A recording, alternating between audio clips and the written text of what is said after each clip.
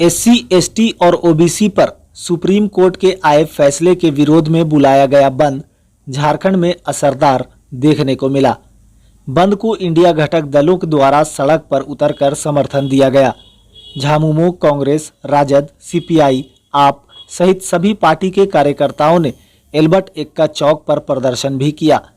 इसके बाद इंडिया गठबंधन द्वारा बंद को लेकर सीपीआई के प्रदेश कार्यालय में एक प्रेस वार्ता बुलाई गई, जिसमें झामुमो के जिलाध्यक्ष मुश्ताक आलम ने कहा कि झारखंड में बंद शांतिपूर्ण और ऐतिहासिक रहा।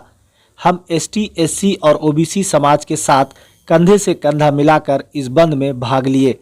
सीपीआई नेता अजय सिंह ने कहा कि न्यायपालिका कानून नहीं बनाती, संविधान और संसद द्वारा बनाए गए कानून का पालन और सुरक्षा प्रदान करती है। आप नेता संतोष रजक ने कहा कि आरक्षण आर्थिक रूप से नहीं दिया गया, ये सामाजिक जातीय आधार पर दिया गया है।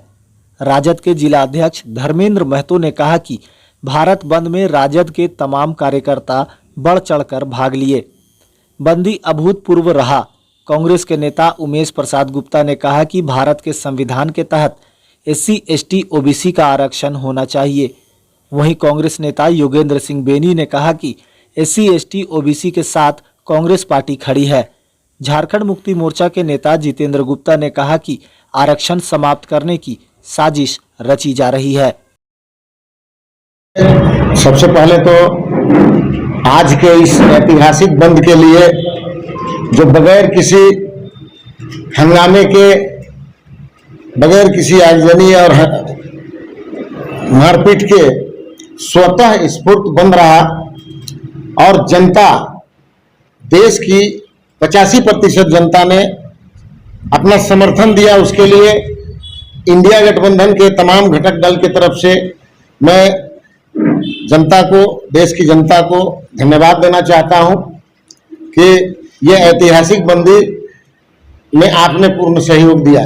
और यह ऐतिहासिक बंदी अपने आप में ये बात को बता रही है कि जिस सब्जेक्ट को लेकर के आज बंद कराया गया था, उसको लेकर के पूरे देश की 85% जनता मर्माहत है और आक्रोश में है। माननीय उच्चतम न्यायालय के द्वारा एसटी, एससी में वर्गीकरण, आरक्षण के वर्गीकरण और क्रीमी लेयर के मामले को लेकर के जो आदेश पारित किया गया था, उसमें लोगों का मानना है कि इससे जो रिजर्वेशन की अर्हताएं रखता है, चाहे वो एसटी, एससी, ओबीसी हो, उनको इससे कोई लाभ होने वाला नहीं है।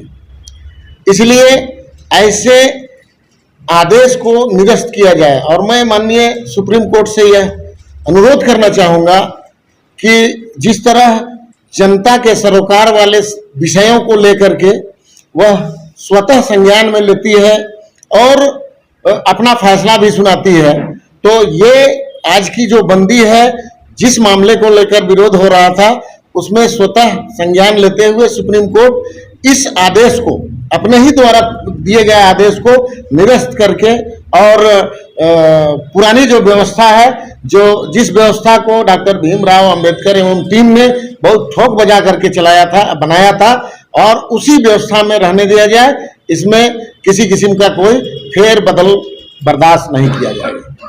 भारत का संविधान के अनुच्छेदों का अनुपालन देश के आजादी के 78 सालों के बाद कराने का जो दायित्व कार्यपालिका को है, उसने नहीं की, जिसके कारण यह दुष्परिणाम पूरे देश के सामने आया। और 1974 के मूवमेंट के बाद ये दूसरी घटना है कि जनता ने स्वतः भारत बंद को जन समर्थन दिया। आपने देखा होगा कि पूरी तरह से पूरा देश बंद रहा है और ये एक ऐतिहासिक बंदी है जो साइलेंट रूप से 2 दिन पहले तय होता है, और ये साइलेंट रूप से जिस जनता का समर्थन मिला, तो ये भी एक बहुत बड़ा मैसेज है देश में, जो केंद्र सरकार को भी हम कहना चाहते हैं कि आप ईडी और सीबीआई की तरह न्यायालय का भी उपयोग करना बंद करें। जनता के हित में आप फैसला लेने के लिए सोचें। है उस सत्र में इसे कानून का रूप देते हुए, इसकी सही व्याख्या करते हुए, इसका सही ये करते हुए ये मैसेज दिया जाए कि आपका जो समानता का अधिकार के तहत और आपके नियोजन के अधिकार के तहत जो मौलिक अधिकार में दिया गया आर्टिकल 15 और 16 में, वो आपका पूरी तरह से सुरक्षित है।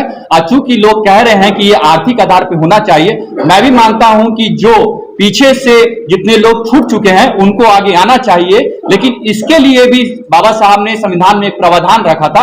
वो प्रावधान का नाम है आर्टिकल 46 भाग 4 नीति निर्देशक तत्व। इसमें ये सब आर्टिकल 46 में बताया गया है कि जो भी अनुसूचित जाति, अनुसूचित जनजाति के वर्ग के लोग हैं जो आर्थिक रूप से और शैक्षणिक रूप से पिछड़े हैं, उनको राज्य को यह आदेश दिया गया है कि आप उनके लिए कार्य करेंगे और उन्हें आगे बढ़ाएंगे। तो आजादी के 78 वर्ष के दौरान अगर जितने लोग पीछे चले गए हैं, तो अगर आप सही तरीके से आर्टिकल 46 को लागू कर दीजिएगा तो कहीं ना कहीं वो वर्ग आगे आएंगे और वो समानता के साथ चलेंगे।